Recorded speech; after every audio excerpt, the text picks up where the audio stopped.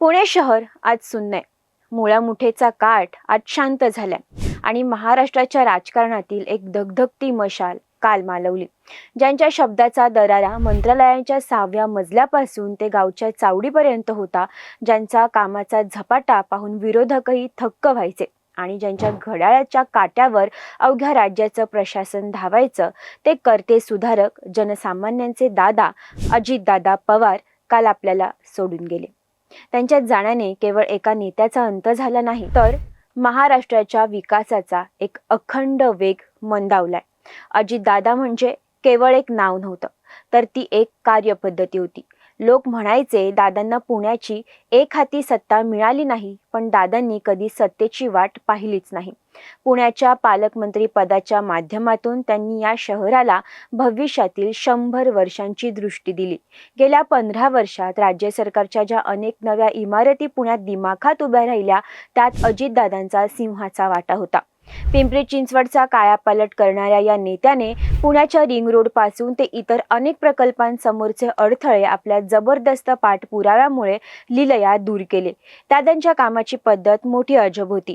पहाटेच्या वेळी जेव्हा अख्खं शहर गाढ झोपलेलं असायचं, तेव्हा दादा प्रकल्पाच्या जागेवर टॉर्च घेऊन उभे असायचे.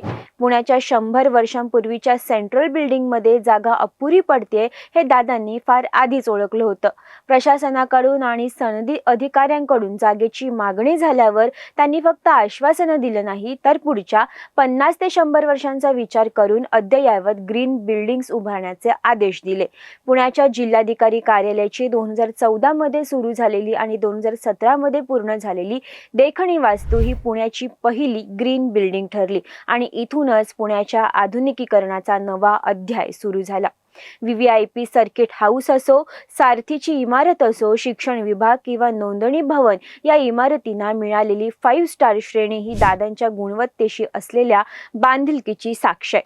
तासनतास बैठका घेऊन इमारतींचे डिझाईन अंतिम करण्यात दादांचा हातखंडा होता. त्यांनी केवळ इमारती बांधल्या नाहीत, तर भाविकांच्या श्रद्धेचाही विचार केला.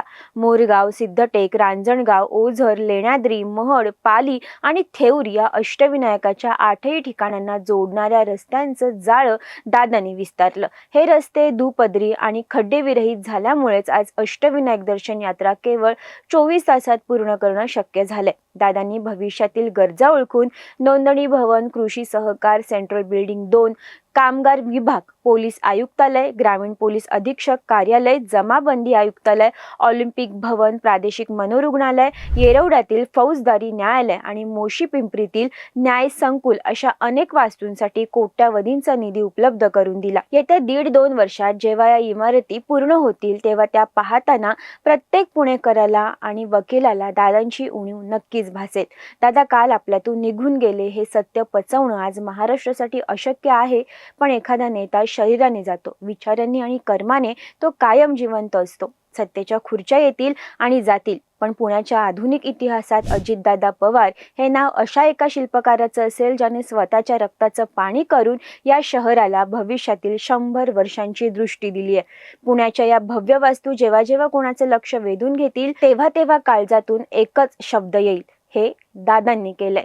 दादा, तुमची ती शिस्त, तुमचे ते रोखठोक शब्द आणि तुमच्या कामाचा तो प्रचंड वेग महाराष्ट्राला सदैव आठवत राहील.